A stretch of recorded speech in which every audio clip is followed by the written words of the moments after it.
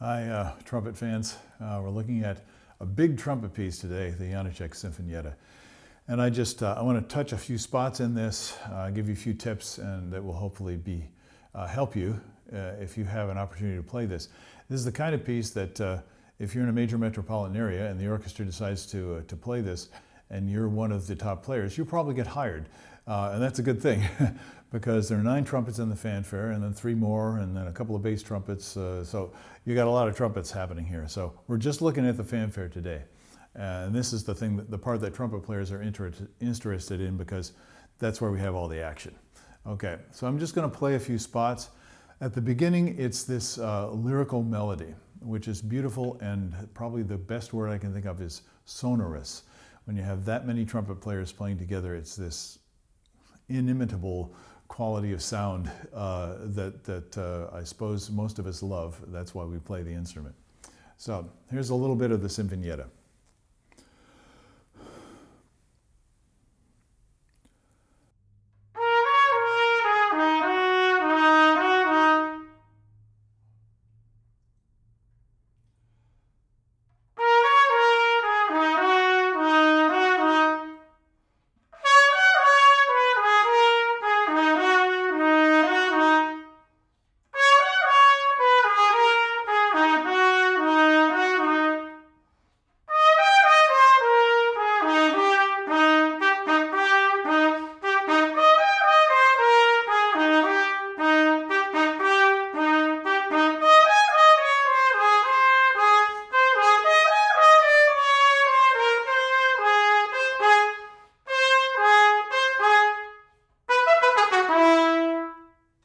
Then we go into a different section. So the lyricism, it's very loud. You got a lot of people playing all at once. The sound is very thick, and there's a strong tendency to keep on pushing harder and harder until you can hear yourself. And from remembering playing this and just reacting to this style of music, I can feel myself pushing way, way too hard right now. So one of the first things I need to do, I should do it this morning, except I got a student coming pretty soon, is to play lightly, not without core in the sound, not without strength and authority in the sound, but lightly in the sense of no yelling, no pushing, as lyrically as possible. Then it changes. So I'm going to play the transition into the allegro now. And look at the next kind of challenge that we have.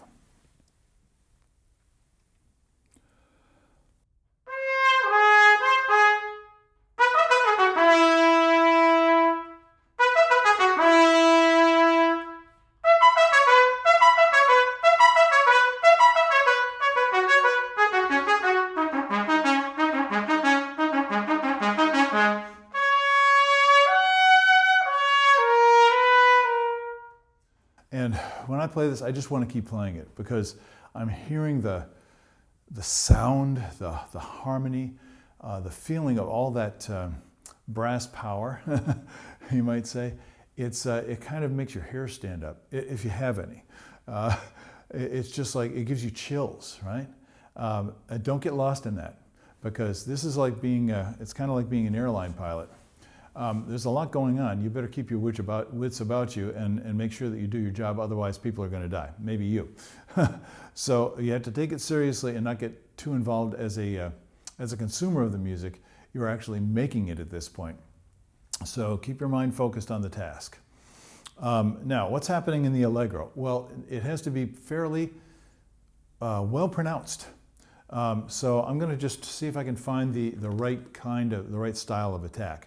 And a lot of times the way I do that is I'll play it on one pitch, play it on another pitch, and then see if I can get the gesture moving through the range.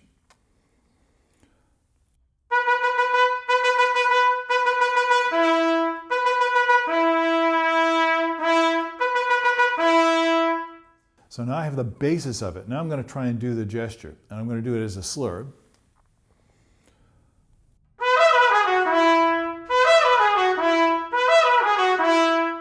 So now I have a shape that I'm playing, and then I put the two things together.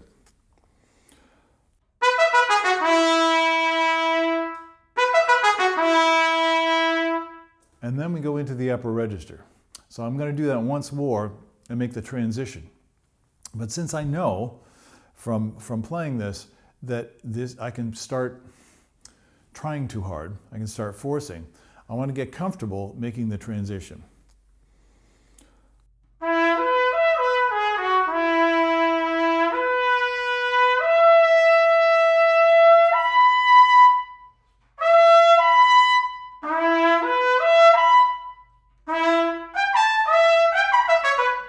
So I can do it as a slur, but I'm not feeling comfortable with the tongue. So I'm going to practice my range change using the articulation. So these are all just samples, you might say, of the things I need to be able to do, and then I'll practice them individually, looking for improvement, and especially that sense of physical confidence that you need in order to play well.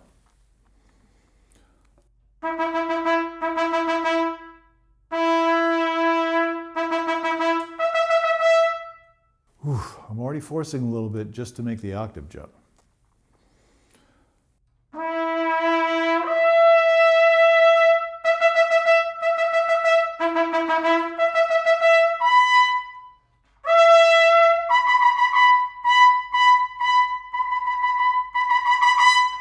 So that's fairly labor intensive. So you have to be careful how you practice this. My tendency, because I'm kind of a trumpet meathead, is to, I like the physical engagement of it. And so I'll play until I start to feel uncomfortable. Instead of playing and resting sufficiently, so I always stay in control. I'm not forcing at all. So I'm trying to cultivate that when I make this change. Now remember, you're only forte here, and everybody plays this too loud. You get 9 trumpet players together, and we're all pushing each other, and we play too loud. So you have to kind of take yourself in hand and say, no, that's not necessary. I'm going to play it clean. Even though you can't hear yourself, you want to play the way you play in your practice space or by yourself, like I'm doing right now, in such a way that you're getting the musical effect that you want. And then when you get in this massive sound, you need to trust that instead of striving harder and harder.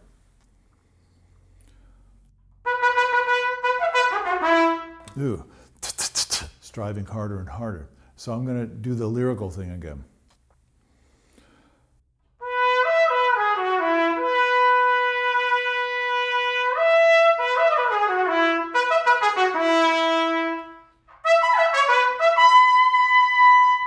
Ooh, pushing a little bit. I want to sing the top B.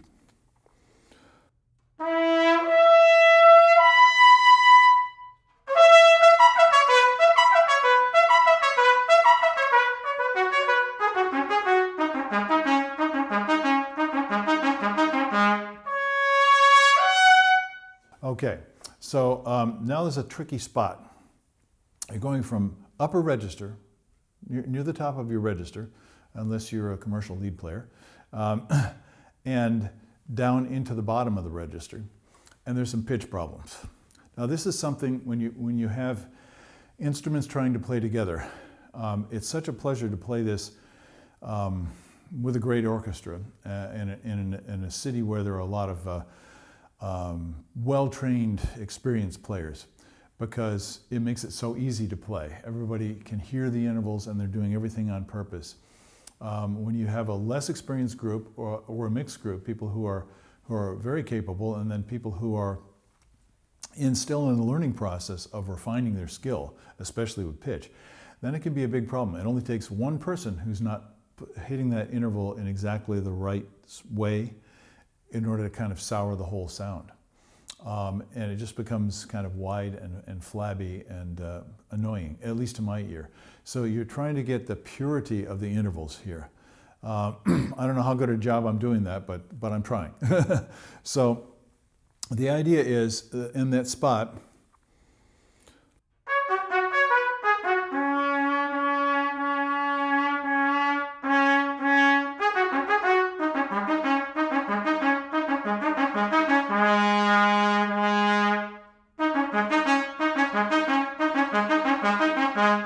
so I'm getting pretty close to playing the D flat in tune, and I'm playing it with my first valve extended, my first valve slide extended.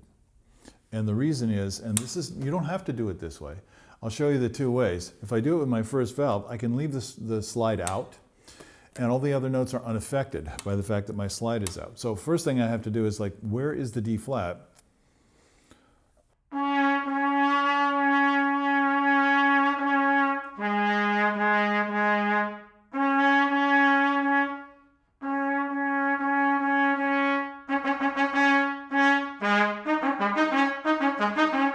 Now that makes it simple.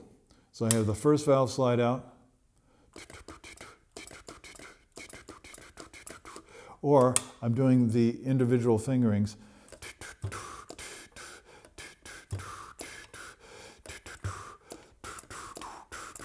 Ooh, that's hard. Dee da da dee da dee da da dee da dee da da dee da da dee da da.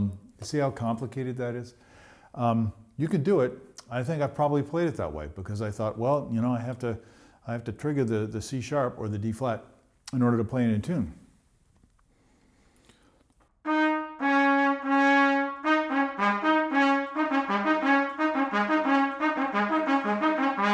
Oh, that wasn't too bad. That's because I played it that way before. But today, actually, I was thinking, I could actually play that with first valve. This is a good example of how when I'm doing these videos, I'm constantly thinking, and that gets in the way of actually playing well. So take it for what it's worth. But I realized, oh yeah, I don't have to do all that, all the choreography, you might say, dee da da dee da dee da da dee da dee da da dee da. But I will still learn the choreography, and that's what you want to do. Have options, and find out which is the easiest. Test it in performance, and then you'll be really creating something and building a lot of confidence as a result. So I'm going to try it again with just the first valve extended. This is the last 4 patterns right before maestoso.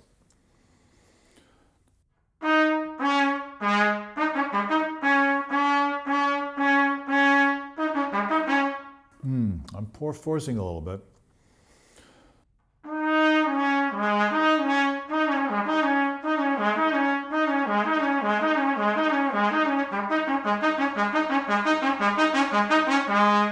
Now I'm getting some good practicing done. I'm hearing my A flat is a little flat. I need to bring that up a little bit. Working with the drone, great. Tuner can be helpful. Drones are better. So you're using your ear to make sure that every note is in tune. And when you do that, you're finding the line that goes through the notes. You're tuning the line. You're not tuning the individual notes. This is psychologically extremely important. And it's physically important because your body needs to think that you're playing a line because you're playing a continuous stream of air. So I think that gives you an idea of the basis of the challenges in this piece and some of the things that you might be addressing in your practice. I hope you find it helpful. So go and do that work, and I'll do the same. I always taste that I can get more work done, but at some point you have to perform. So here we are. Have a good day. I'll see you later on. Bye-bye.